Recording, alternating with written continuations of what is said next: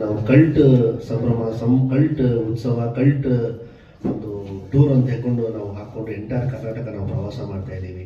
So 31 district 88 ತಾಲೂಕುಗಳು ನಾವು cover ಮಾಡಬೇಕು ಅಂತ ಇವಾಗ ನಾವು ಡಿಸೈಡ್ ಮಾಡಿಕೊಂಡು ಸ್ವಲ್ಪ ಪ್ರಮೋಷನ್ ಶುರು ಮಾಡಿದ್ದೀವಿ.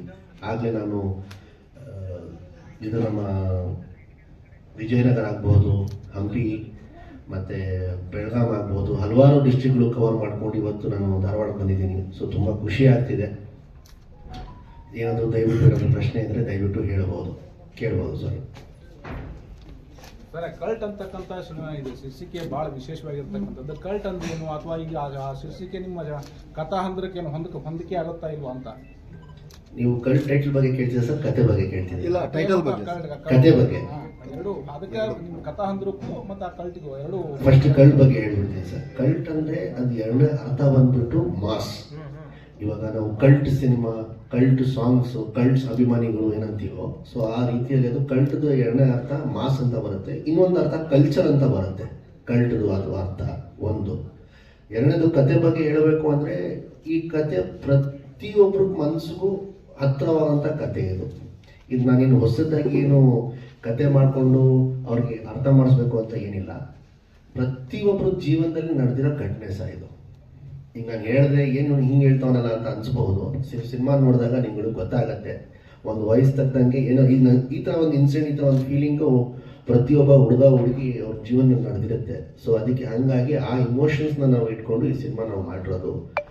ಹಾಗೆ ಈ ಸಿನಿಮಾ ನಂತರ ಜನಗಳು, ನಮ್ಮ ಕರ್ನಾಟಕ ಜನ ಈ ಸಿನಿಮಾ ನೋಡಿದ ಮೇಲೆ ಹೆಮ್ಮೆ ಪಡ್ಕೊಂಡು, ತಲೆ ಮೇಲೆ ಮಾಡಿಕೊಂಡು, ಎದೆ ತಟ್ಕೊಂಡು ಬೇರೆ ಭಾಷೆದವ್ರಿಗೆ ಹೇಳ್ಬೋದು, ನಮ್ಮ ಭಾಷೆಯಲ್ಲೂ ಕೂಡ ಈ ಥರ ಒಂದು ಒಳ್ಳೊಳ್ಳೆ ಸಿನಿಮಾಗಳು ಬರುತ್ತೆ, ಬಂದು ದಯವಿಟ್ಟು ನೋಡಿ ಅಂತ ಹೇಳಿ ಅಷ್ಟು ಹೇಳ್ತೀನಿ ಸರ್ ನಾನು. ಸರ್ ಇದು ಹಂಪಿಯಲ್ಲಿ ಆಗಿದೆ, ವಿಜಯನಗರಲ್ಲಿ ಆಗಿದೆ, ಚಿತ್ರದುರ್ಗದಲ್ಲಿ ಶೂಟಿಂಗ್ ಆಗಿದೆ, ಹಲವಾರು ಮೈಸೂರಲ್ಲಿ ಶೂಟ್ ಮಾಡಿದ್ದೀವಿ ನಾವು, ಮತ್ತು ಬೆಂಗಳೂರಲ್ಲಿ ಶೂಟ್ ಮಾಡಿದ್ದೀವಿ. ಸೊ ಎಂಟೈರ್ ಸಿನಿಮಾ ಕರ್ನಾಟಕಲ್ಲೇ ಶೂಟ್ ಮಾಡಿರೋದು ಸರ್ ನಾವು. ಇನ್ನು ಕರ್ನಾಟಕ ಬಿಟ್ಟು ಎಲ್ಲೂ ಶೂಟ್ ಮಾಡಿಲ್ಲ ಸರ್. ಈ ಸಿನಿಮಾ ನೋಡುವಂಥ ಪ್ರೇಕ್ಷಕರು ಯಾವ ಥರ ನಿರೀಕ್ಷೆನ ಇಟ್ಕೋಬಹುದು? ಪ್ರೇಕ್ಷಕರು ಸಿನಿಮಾ ಥಿಯೇಟರ್ಗೆ ಬರುವಂಥ ಪ್ರೇಕ್ಷಕರು ಏನು ಹೇಳಲಿಕ್ಕೆ ಇಷ್ಟಪಡ್ತಾರೆ ಸರ್? ಒಂದು ಸಿನಿಮಾದಲ್ಲಿ ಜನ ಬರೋದು ಎಂಟರ್ಟೈನ್ಗೆ ಸರ್. 2-2.5 ಗಂಟೆ ಅವ್ರಿಗೇನು ಹೊಸ ಕತೆ ಬೇಕು, ಅವ್ರು ಎಂಗೇಜ್ಡ್ ಆಗಿರಬೇಕು. ಯಾವ ಟೈಮ್ ಅಂದರೆ ಹಾಡುಗಳು ಆಗಬಹುದು, ಫೈಟ್ಸ್ ಆಗಬಹುದು, ಕಾಮಿಡಿ ಆಗಬಹುದು, ಇಂಟೆನ್ಸ್ ಲವ್ ಆಗ್ಬೋದು. ಸೊ ಅದನ್ನು ಜನ ತುಂಬ, ಇದು ಫ್ಯಾಮಿಲಿ ಪ್ಯಾಕೇಜ್ ಅಂತಲೇ ಹೇಳ್ಬೋದು ಸರ್. ಎಲ್ಲ ಎಲಿಮೆಂಟ್ಸು ಈ ಸಿನಿಮಾದಲ್ಲಿದೆ. ತುಂಬ ಇಮೋಷ್ನಲ್ ಕತೆ ಸರ್ ಇದು. ಪ್ರತಿಯೊಬ್ಬರು ಒಂದು ಕಣ್ಣಲ್ಲಿ ನೀರು ಬರೋ ಹಾಗೆ ನಾವು ಸಿನಿಮಾನಂತೂ ಮಾಡಿದ್ದೀವಿ. ನಿರೀಕ್ಷೆ ಇದೆ ಜನಕ್ಕೆಲ್ರಿಗೂ, ಅದು ಮನಸ್ಸಿಗೆ ಅದು ಮುಟ್ತೀವಿ ನಾವು ಅಂತ ಹೇಳಿ. ಸೊ ನೋಡೋಣ ಸರ್. ಏನು ಸರ್ ಸಾಂಗ್ಸು? ಸರ್ ಟೋಟಲ್ ಹಾಡು ನನ್ನ ಪ್ರಕಾರ 6 ಇದೆ ಸರ್ ಹಾಡು. ಈಗಾಗಲೇ ನಾವು 3 ಬಿಟ್ಟಿದ್ದೀವಿ.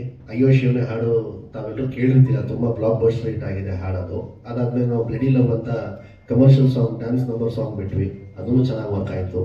ಅದಾದಮೇಲೆ ಪ್ಯಾಥೋ ಸಾಂಗ್ ಅಂತ ಒಂದು ಬಿಟ್ವಿ, ಅದನ್ನು ಚೆನ್ನಾಗಿ ಹೋಗ್ತಾ ಇದೆ. ಈಗ ಸ್ವಲ್ಪ ಪಿಕಪ್ ಆಗಿದೆ. ಪ್ಯಾಥೋ ಸಾಂಗ್ ಆಗೋದ್ರಿಂದ ಅದು ಇನಿಷಿಯಲಿ ಪಿಕಪ್ ಆಗಲ್ಲ, ಅದು ಸ್ಲೋ ಆಗಿ ಈಗ ಪಿಕಪ್ ಆಗ್ತಾ ಇದೆ. ಸೊ ಬಹುಶಃ ನಾನು ಇಂಟರ್ವ್ಯೂ ಮುಗಿಸಿದ ಮೇಲೆ ನೀವು ಯೂಟ್ಯೂಬ್ ಓಪನ್ ಮಾಡಿದ್ರೆ 1 ಮಿಲಿಯನ್ ಆಗಿರುತ್ತೆ ಅದು ವ್ಯೂಸ್. ಸೊ ಈಗ ಸ್ವಲ್ಪ ಪಿಕಪ್ ಆಗಿದೆ, ಚೆನ್ನಾಗಿ ಹೋಗ್ತಾ ಇದೆ. ಈಗ ನೆಕ್ಸ್ಟ್ ನಾನು ಒಂದು ರೊಮ್ಯಾಂಟಿಕ್ ಸಾಂಗ್ ಇದೆ ನಂದು, ರಚಿತಾರಾಮ್ ಅವ್ರದ್ದು.